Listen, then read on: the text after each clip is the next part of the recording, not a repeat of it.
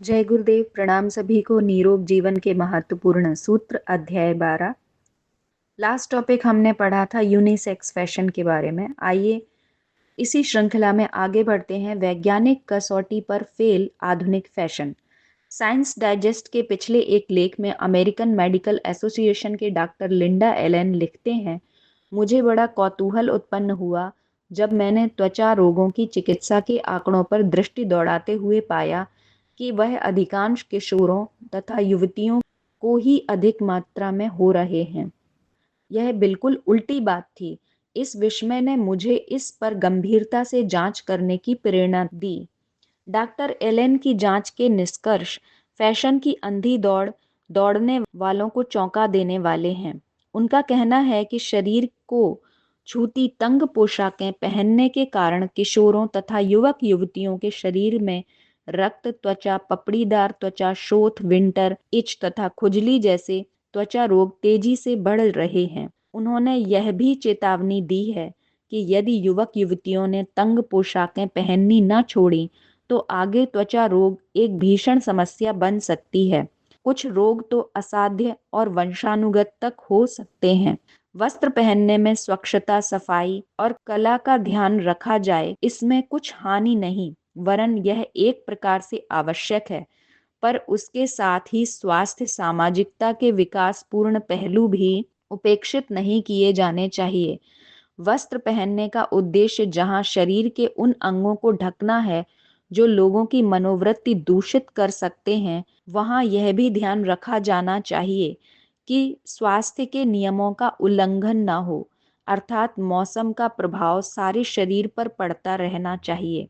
जिन शरीरों में ताजी हवा का स्पर्श नहीं बना रहता, वे मौसम के थोड़े से भी परिवर्तन सहन नहीं कर पाते। थोड़े ही परिवर्तन से शरीर गड़बड़ करने लगता है। भारतीय वेशभूषा का निर्धारण इन बातों को ध्यान में रखने के साथ साथ कला की दृष्टि से भी उच्च कोटि का है, किंतु आज का फैशन उसे नष्ट कर देने पर तुल गया है। अब तो तंग कपड़े पहने जाते हैं, वह शरीर में इस तरह मड़े होते हैं कि उनसे काम अंगों के प्रति लोगों का आकर्षण बढ़ता है, लोगों में मनोविकार उत्पन्न होते हैं, साथ ही उनसे स्वास्थ्य पर भी बुरा असर पड़ता है।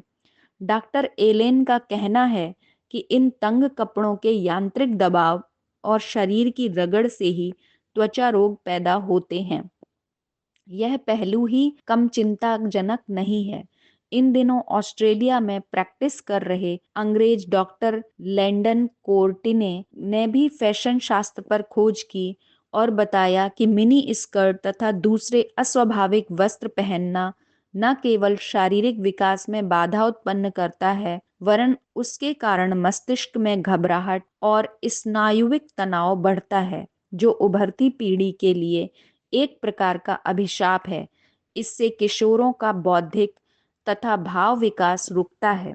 उन्होंने बताया कि मिनी स्कर्ट पहनने वाली लड़कियों को सार्वजनिक स्थानों, ट्रेनों, बसों में एक टांग के ऊपर दूसरी टांग चढ़ाकर बैठना पड़ता है।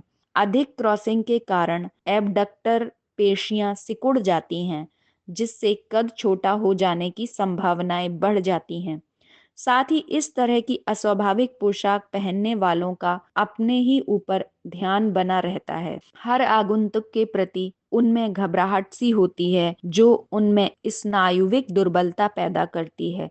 यदि नई फैशन को इन दोषों से बचाना है तो फैशन की बाढ़ को रोकना ही पड़ेगा। उसकी आज्ञा संस्कृति ही नहीं, विज्ञान भी नहीं देता।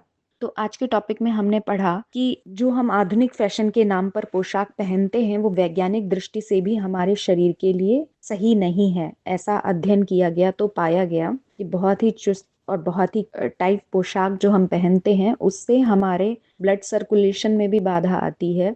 और अगर हम ऐसी पोशाक पहन रहे हैं जो हवा का आवागमन ना होने दे, तो उससे त्वचा रोग भी हो जाते हैं।